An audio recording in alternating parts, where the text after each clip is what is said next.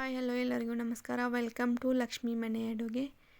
ಇವತ್ತು ಮನೆಯಲ್ಲಿ ತುಂಬ ಸುಲಭವಾಗಿ ಹೋಟೆಲ್ ಸ್ಟೈಲ್ನಲ್ಲಿ ಇಡ್ಲಿಗೆ ಸಾಂಬಾರು ಹೇಗೆ ಮಾಡೋದಂತ ನೋಡ್ಕೊಂಡು ಬರೋಣ. ಇದು ಇಡ್ಲಿಗೆ ಅಷ್ಟೇ ಅಲ್ಲ, ಅನ್ನ, ಪೂರಿ ಮತ್ತು ದೋಸೆಗೂ ತುಂಬಾ ಸೂಪರಾಗಿರುತ್ತೆ. ಈಗ ಹೇಗೆ ಮಾಡೋದಂತ ನೋಡೋಣ. ಅದಕ್ಕೆ ಮುಂಚೆ ನನ್ನ ಚಾನಲ್ನ ಯಾರು ಸಬ್ಸ್ಕ್ರೈಬ್ ಮಾಡ್ಕೊಳ್ದೆ ನೋಡ್ತಾ ಇದ್ದೀರಾ, ಪ್ಲೀಸ್ ಸಬ್ಸ್ಕ್ರೈಬ್ ಮಾಡ್ಕೊಂಡು ನೋಡಿ. ನಾನು ಹಾಕುವಂಥ ವಿಡಿಯೋಗಳ ನೋಟಿಫಿಕೇಷನ್ ನಿಮ್ಮ ಫೋನ್ಗೆ ಬರುತ್ತೆ.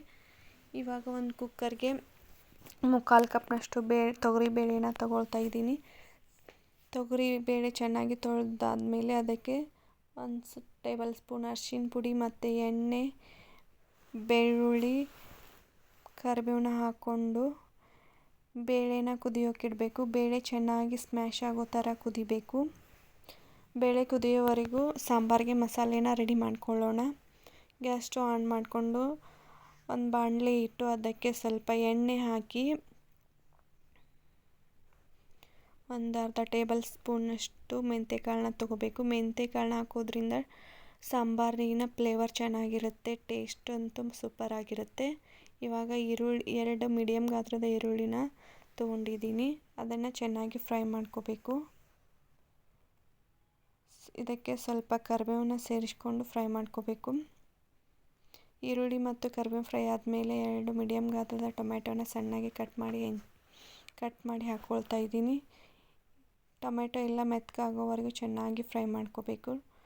ಇವಾಗ ಇದಕ್ಕೆ ಸ್ವಲ್ಪ ಬೆಳ್ಳುಳ್ಳಿ, ಸ್ವಲ್ಪ ಶುಂಠಿ ಹಾಕ್ಕೊಂಡು ಮತ್ತು ಸ್ವಲ್ಪ ಹುಣಸೆ ಹಣ್ಣನ್ನು ಹಾಕ್ಕೊಂಡು ಫ್ರೈ ಮಾಡ್ಕೊಳ್ಬೇಕು. ಈ ಸಾಂಬಾರನ್ನ ಮನೇಲಿ ಒಂದು ಸತಿ ಟ್ರೈ ಮಾಡಿ ಫ್ರೆಂಡ್ಸ್, ಚೆನ್ನಾಗಿರುತ್ತೆ, ಸಖತ್ತಾಗಿರುತ್ತೆ. ಇವಾಗ ಇದೆಲ್ಲ ಫ್ರೈ ಆದಮೇಲೆ ಒಂದು ಸ್ವಲ್ಪ ಕೊಬ್ಬರಿನ ಹಾಕ್ಕೊಳ್ಬೇಕು.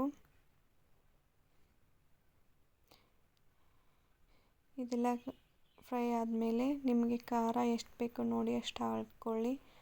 ನೀವು ಜಾಸ್ತಿ ಖಾರ ತಿನ್ನೋದಾದರೆ ಜಾಸ್ತಿ ಖಾರ ಹಾಕ್ಕೊಳ್ಳಿ, ಸ್ವಲ್ಪ ಖಾರ ತಿನ್ನೋರಾದರೆ ಸ್ವಲ್ಪ ಹಾಕ್ಕೊಳ್ಳಿ. ಈಗ ಧನಿಯಾ ಪುಡಿ ಮತ್ತು ಸಾಂಬಾರು ಪುಡಿ ಎಲ್ಲನೂ ಹಾಕ್ಕೊಂಡು ಒಂದು ಸ್ವಲ್ಪ ಫ್ರೈ ಮಾಡ್ಕೋಬೇಕು. ಎಲ್ಲ ಫ್ರೈ ಆದಮೇಲೆ ಗ್ಯಾಸ್ ಸ್ಟವ್ ಆಫ್ ಮಾಡಿ ಸ್ವಲ್ಪ ಕರಿಬೇವು ಹಾಕ್ಕೊಂಡು ಸ್ವಲ್ಪ ಫ್ರೈ ಮಾಡ್ಕೋಬೇಕು. ಮಸಾಲೆ ಎಲ್ಲ ತಣ್ಣಗಾದ್ಮೇಲೆ ಒಂದು ಮಿಕ್ಸಿ ಜಾರಿಗೆ ಮಸಾಲೆನ ಸಣ್ಣಗೆ ಪೇಸ್ಟ್ ಮಾಡ್ಕೋಬೇಕು. ಸ್ವಲ್ಪ ನೀರು ಹಾಕ್ಕೋಬೇಕು. ನೋಡಿ, ಈ ಥರ ಸಣ್ಣಗೆ ಪೇಸ್ಟ್ ಆಗಿರಬೇಕು, ಅಂದರೆ ಚೆನ್ನಾಗಿರುತ್ತೆ.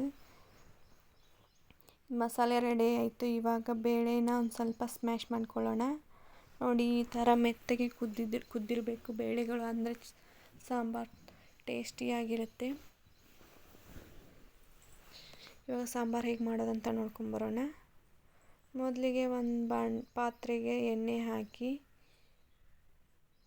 ಇದಕ್ಕೆ ಜೀರಿಗೆ, ಸಾಸಿವೆನ ಹಾಕಿ ಸ್ವಲ್ಪ ಜೀರಿಗೆ ಸಾಸಿವೆ ಫ್ರೈ ಆದಮೇಲೆ ಕರಿಬೇವು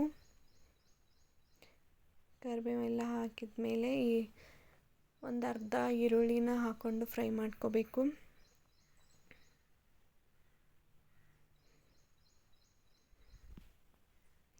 ಈ ವಿಡಿಯೋ ಇಷ್ಟ ಆಗಿದ್ದರೆ ಫ್ರೆಂಡ್ಸ್, ಪ್ಲೀಸ್ ಸಬ್ಸ್ಕ್ರೈಬ್ ಮಾಡ್ಕೊಳ್ಳಿ.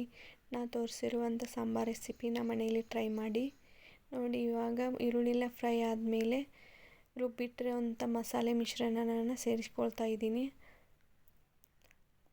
ಅದೇ ಜಾರಿಗೆ ಸ್ವಲ್ಪ ನೀರು ಹಾಕ್ಕೊಂಡು ಮಸಾಲೆನೆಲ್ಲ ತೊಳ್ಕೊಂಡು ಹಾಕ್ಕೊಳ್ತಾ ಇದ್ದೀನಿ. ಇವಾಗ ಮಸಾಲೆ ಎಲ್ಲ ಮಿಕ್ಸ್ ಆದಮೇಲೆ ಕುದಿಸಿಟ್ಟಿರುವಂಥ ಬೇಳೆನ ಸೇರಿಸ್ಕೊಂಡು ಚೆನ್ನಾಗಿ ಮಿಕ್ಸ್ ಮಾಡ್ಕೋಬೇಕು. ಈಗ ಇದಕ್ಕೆ ರುಚಿಗೆ ತಕ್ಕಷ್ಟು ಉಪ್ಪು ಮತ್ತು ಬೆಲ್ಲನ ಸೇರಿಸ್ಕೊಳ್ಬೇಕು. ಇದಕ್ಕೆ ಬೇಳೆಗೆ ಕುದಿಯುವಾಗ ಅರಿಶಿನ ಪುಡಿ ಹಾಕಿರುತ್ತಲ್ವ, ಅದಕ್ಕೆ ಇವಾಗ ಅರಿಶಿನ ಹಾಕೋ ಅವಶ್ಯಕತೆ ಇಲ್ಲ. ನೋಡಿ ಫ್ರೆಂಡ್ಸ್, ಸಾಂಬಾರೆಲ್ಲ ಚೆನ್ನಾಗಿ ಈ ಥರ ಕುದಿಬೇಕು.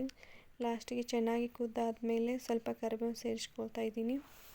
ನೋಡಿ, ಇವಾಗ ಹೋಟೆಲ್ನಷ್ಟೇ ಟೇಸ್ಟ್ ಕೊಡುವಂಥ ಸಾಂಬಾರು ರೆಡಿ ಆಯಿತು. ಒಂದು ಸತಿ ಮನೇಲಿ ಟ್ರೈ ಮಾಡಿ ಫ್ರೆಂಡ್ಸ್. ಈ ವಿಡಿಯೋ ಇಷ್ಟ ಆಗಿದ್ದರೆ ಲೈಕ್ ಮಾಡಿ, ಶೇರ್ ಮಾಡಿ, ಸಬ್ಸ್ಕ್ರೈಬ್ ಮಾಡಿ. Thanks for watching.